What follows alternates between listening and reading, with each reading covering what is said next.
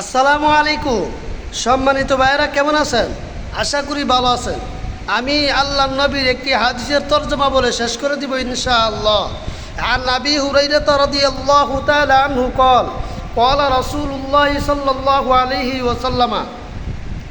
আবু হুরায়রা রাদিয়াল্লাহু তাআলা আনহু থেকে বর্ণিত, আল্লাহ রাসূল সাল্লাল্লাহু আলাইহি সাল্লাম বলেছেন, মান মাতা মারিদন মাতা শাহিদান।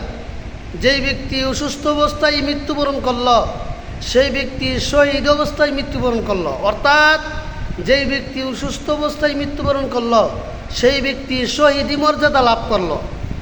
ওয়া উকিয়া ফিতনাতাল কবরি, এবং মৃত ব্যক্তিকে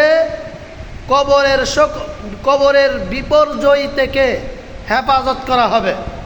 ওয়া গুদান ওয়া রিহা আলাইহি, এবং সকাল সন্ধ্যায় মৃত ব্যক্তির কবরে বিরিজকিহি মিনাল জান্নাতি, জান্নাত থেকে রিজিক দেওয়া হবে।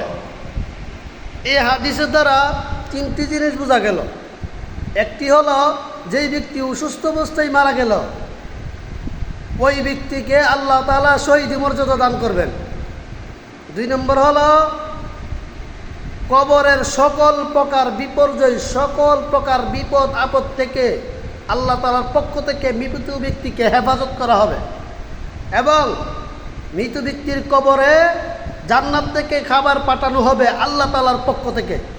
এই জন্য ভাই, এই হাদিসের সম্মান অর্জন করার জন্য আমরা যেন, আমি আপনি সকলেই আল্লাহর নবীর তরিকা অনুযায়ী যেন মৃত্যু পর্যন্ত আল্লাহর গোলামি করতে পারি, তৌফিক দান করুক।